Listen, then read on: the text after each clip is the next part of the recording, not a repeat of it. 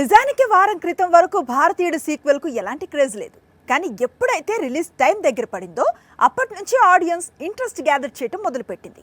ఇప్పుడు బాలీవుడ్ కూడా భారతీయుడు కంబ్యాక్ కోసం ఎదురు చూస్తోంది.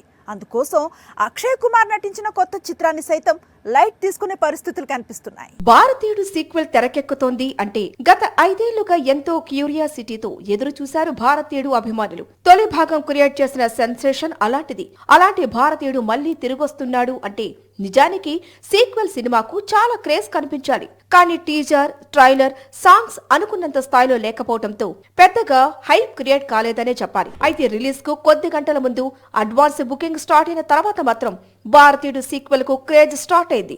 బాలీవుడ్ లోనూ భారతీయుడికి వేరే లెవెల్లో అభిమానులు ఉండటం ఆశ్చర్యం కలిగిస్తోంది. అక్కడ అక్షయ్ కుమార్ నటిస్తున్న సర్పిరా కంటే కూడా భారతీయుడు 2 హిందీ వర్షన్ చూసేందుకే అభిమానులు ఎక్కువగా టికెట్ బుక్ చేసుకోవటం ఇప్పుడు నార్త్ సైడ్ హాట్ టాపిక్ గా మారింది. భారతీయుడు సీక్వెల్ కు జరిగిన అడ్వాన్స్ బుకింగ్ చూస్తుంటే ఈ సినిమా తొలి రోజు వసూళ్లు 60 కోట్లు దాటే విధంగా ఉన్నాయని ట్రేడ్ వర్గాలు అంచనా వేస్తున్నాయి. టాలీవుడ్ లోనూ భారతీయుడు 2 కు క్రేజ్ కనిపించేందుకు మెయిన్ రీజన్ ఫస్ట్ పార్ట్ అక్కడ సూపర్ హిట్ కావడమే.